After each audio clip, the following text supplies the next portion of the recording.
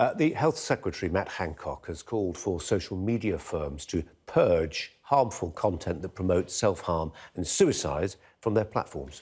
It follows the death of 14-year-old Molly Russell, who took her own life in 2017 after showing no obvious signs of severe mental health issues.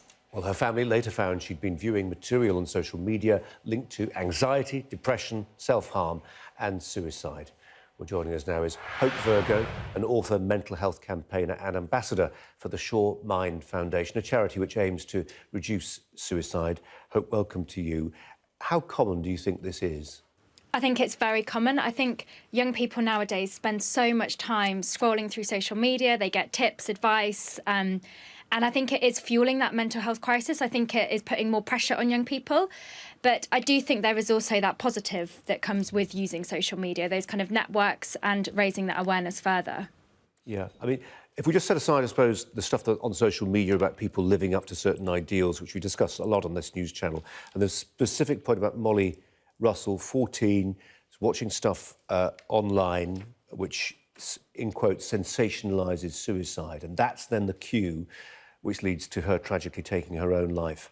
How do we decide what constitutes the sensationalising of suicide so we can stop it happening? So I think a lot of it will sensationalise it. I think when it comes to things like suicide, there was a programme online a couple of years ago called Blue Whale, and it did exactly this. It made it into this whole cult. It made people feel part of something. And the aim of this was to encourage people to self-harm, and then they ended up ending their life right at the end of the kind of game as it was. But again, I think it's more that actually we don't want to completely get rid of this stuff, but we need to find a way to actually educate young people when they're looking at it and to raise that awareness that actually, yes, some people do think this is an amazing thing to do. People think that by looking at things like this, it really helps. But there's the other extreme as well.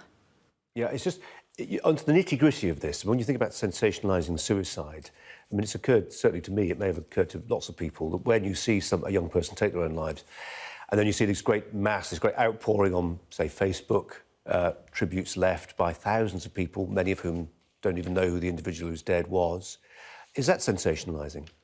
I think it's showing support. I think potentially, yes, you could see it as a bit like that, but I think that's more of a support side of things. I think the fact is on social media with mental health, it is often glamorised. It's often shown as something that people want. I know from my experience of having anorexia, quite often anorexia is portrayed in the media and on social media as being this amazing thing to have. It makes you perfect in so many different ways. But the reality is all of this stuff completely ignores the truth behind having a mental health problem.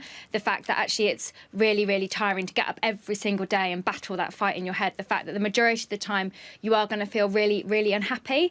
I think the whole thing around people pouring out their kind of thoughts and support after something like this has happened is really positive. I think it's a nice thing for people to do, and I wouldn't say that that is necessarily... Hope. I just wonder sometimes whether there's a danger that somebody who's craved approbation throughout their life knows that they'll get it posthumously if they take their own life. Anyway, look, we'll park that point. There's a youth mental health charity called Papyrus, who's saying the last week that 30 families who had family members who took their own lives, young people, have been in touch with them. 30 families who believe that those suicides were directly linked to what was happening on social media.